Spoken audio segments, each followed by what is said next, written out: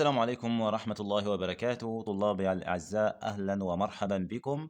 ورجعنا لكم مرة تانية في درس جديد في الوحدة الأولى، ودرسنا بيتكلم على نظام الحكم في بلدنا. الدرس اسمه إيه؟ نظام الحكم في بلدنا. من اسم العنوان كده بيدل إن إحنا بنتكلم على مين اللي بيحكمنا وطبقات نظام الحكم في مصر. وطبعا زي ما إحنا عارفين هنتكلم على نظام الحكم في مصر القديمة، وهنتكلم نظام الحكم في مصر الحالي. عايزين نعرف هو دلوقتي نظام الحكم بتاعنا ماشي ازاي، وقديما في عصر الحضارة المصرية القديمة. طيب، يجيني سؤال ويقول لي دلل. سؤال يقول لي دلل. تعد مصر من أقدم الدول، من أقدم الدول التي وضعت نظاما لإيه؟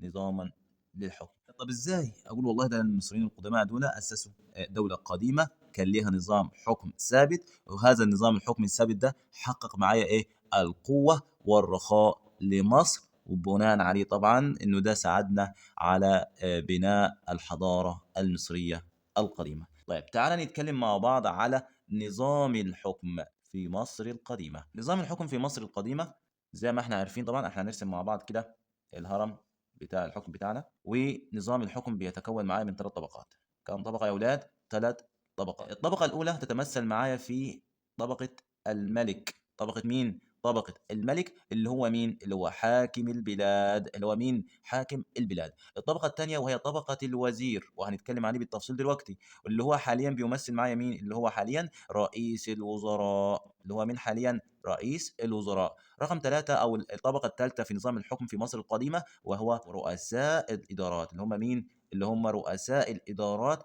اللي هم حاليا اللي هم مين بالظبط؟ قال لي اللي هم الوزارات. اللي حاليا اللي هم مين؟ اللي هم بيمثل من الوزارات. بالنسبة للملك، الملك ده بيأتي معايا على رأس مين؟ على رأس نظام الحكم. يعني مين اللي بيرأس الدولة في الوقت ده؟ كان الملك، كان هو حاكم البلاد. طب مهمته ايه؟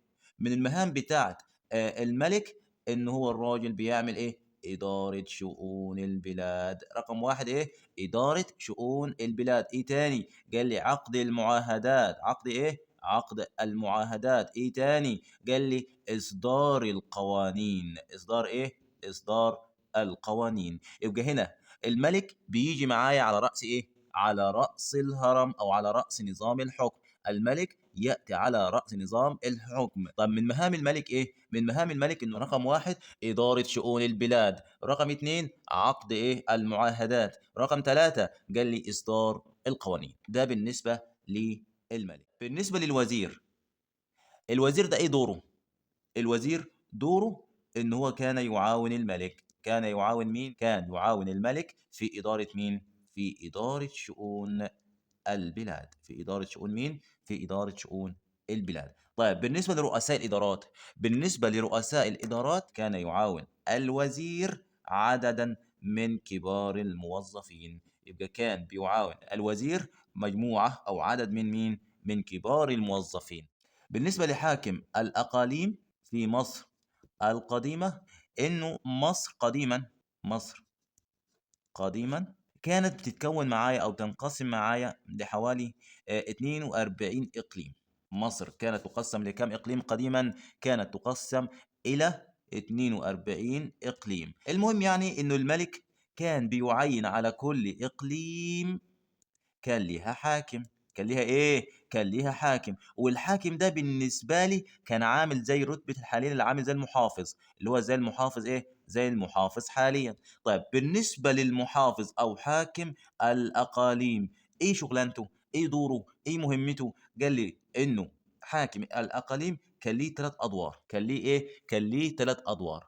الدور الاول كان هو يهتم بايه؟ كان بيهتم بشؤون الإقليم. كان يهتم بإيه؟ كان يهتم بشؤون الإقليم. يبقى أن المحافظ حاليا اللي هو حاكم الأقاليم كان يهتم بإيه؟ كان يهتم بشؤون الإقليم. وأيضا كان هو بيحافظ على مين؟ على أمن الإقليم بتاعه. أمن الإقليم بتاعه اللي مسؤول عنه. برضه كان حاكم الأقاليم ده بيشرف على تنفيذ المشروعات فيه، أي في الإقليم. طيب ده بالنسبة حاكم الإقليم. يبقى إحنا قلنا تاني إنه حاكم الأقاليم في مصر القديمة زي ما إحنا اتكلمنا وقلنا إنه مصر قديما كانت تنقسم إلى 42 إقليم، كانت تنقسم إلى إيه؟ إلى 42 إقليم، وكان لكل إقليم حاكم، كان لكل إقليم حاكم. طيب الحاكم ده يتم تعيينه من خلال مين؟ كان بيتم تعيينه من خلال الملك. مش احنا قلنا من شوية انه الملك يأتي على رأس نظام الحكم؟ ايوه، فبالتالي هو اللي مسؤول، هو اللي بيعين مين؟ بيعين حكام الأقاليم اللي موجودين في مصر القديمة اللي هم 42 إقليم. طيب احنا قلنا انه حاكم الأقاليم اللي هو المحافظ حاليا دوره ايه بالظبط في الدولة؟ قال لي دوره ان هو بيهتم بشؤون الإقليم الخاص به، وكان بيحافظ على أمنه، وكان بيشرف على تنفيذ ايه؟ على تنفيذ المشروعات فيه. نظام الحكم حاليا، نظام الحكم حاليا كان يشبه مين؟ يشبه نظام الحكم قديما. يبقى النظام الحكم الحالي يشبه نظام الحكم ايه؟ السابق القديم اللي كان موجود معايا في الحضارة المصرية القديمة. وكده يكون احنا خلصنا مع بعض نظام الحكم في مصر ايه؟ في مصر القديمة. تعال نتكلم مع بعض ثانيا، نتكلم مع بعض على نظام الحكم في العصر الحالي. نظام الحكم فين؟ في العصر الحالي. نظام الحكم الحالي في العصر الحالي بيديرها ايه؟ يديرها مجموعة من ايه؟ من السلطات. ايه هم السلطات دول؟ اول حاجة معايا وهي السلطة التنفيذية. اول حاجة في نظام الحكم الحالي وهي السلطة ايه؟ اول سلطة مسؤولة في شؤون إدارة البلاد في مصر وهي السلطة التنفيذية. السلطة ايه؟ السلطة التنفيذية. تاني سلطة معايا وهي السلطة التشريعية. السلطة إيه؟ السلطة التشريعية. ورقم 3 معايا وهي السلطة القضائية. السلطة مين؟ السلطة القضائية. بص معايا، بالنسبة للسلطة التنفيذية وبتنقسم معايا او بتتمثل معايا في ايه؟ نظام الحكم عند السلطه التنفيذيه بتتكون من 3 اجزاء او من 3 اشخاص. الشخص الاول وهو رئيس الجمهوريه. رئيس مين؟ رئيس الجمهوريه. رقم 2 بيجي بعد كده مين؟ الحكومه. بتيجي بعد كده مين؟ الحكومه. ورقم 3 بيجي معاهم المحافظ. يبقى هنا تاني من السلطات التنفيذيه التي تدير شؤون مصر قال لي رئيس الجمهوريه والحكومه والمحافظ. بالنسبه للحكومه متمثلة معايا في حاجتين: في رئيس مجلس الوزراء وفي الوزراء.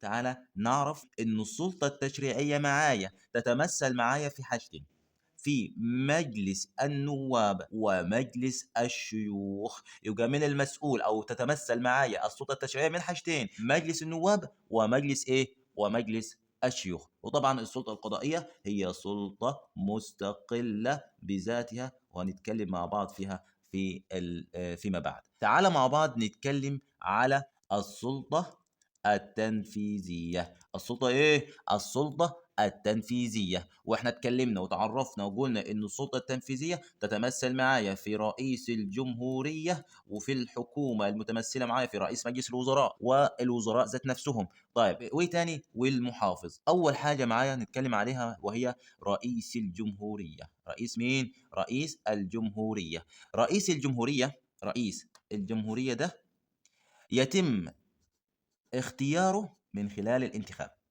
بتحدث معايا انتخابات عامة. انتخابات ايه؟ انتخابات عامة بيتم التصويت ليه. تمام؟ لاختيار رئيس جمهورية لمصر. يتم اختيار رئيس الجمهورية عن طريق التصويت في انتخابات ايه؟ في انتخابات عامة. طيب تعال نتعرف مع بعض على مهام رئيس الجمهورية. مهام ايه؟ مهام رئيس الجمهورية. يجيني سؤال ويقول لي اذكر مهام رئيس الجمهورية في مصر. من مهام رئيس الجمهورية في مصر انه هو الراجل ده مسؤول عن ايه؟ عن امن الوطن. مسؤول عن مين؟ مسؤول عن امن الوطن. ايه تاني؟ الراجل ده بيمثل مصر محليا ودوليا. مسؤول عن مصر وبيمثلها محليا وايه؟ ودوليا. ايه تاني؟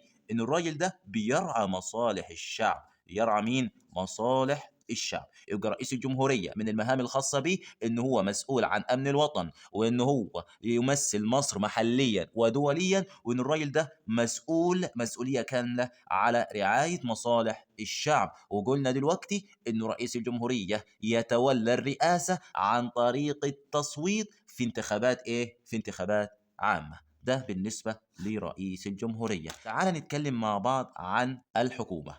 نتكلم مع بعض على مين؟ نتكلم مع بعض عن الحكومة. احنا اتكلمنا وقلنا ان الحكومة ديت ان هي تعاون رئيس الجمهورية. تعاون رئيس الجمهورية. تتكون من زي ما احنا قلنا دلوقتي؟ تتكون معايا من رئيس مجلس الوزراء. رئيس مين؟ رئيس مجلس الوزراء. وكمان بتمثل معايا في الوزراء. من مهام الحكومة أنها تقوم بإعداد الموازنة العامة للدولة. تقوم بإعداد الموازنة العامة للدولة. وكمان تاني؟ إن هي بتصدر القرارات وفقا لمين؟ وفقا للقانون.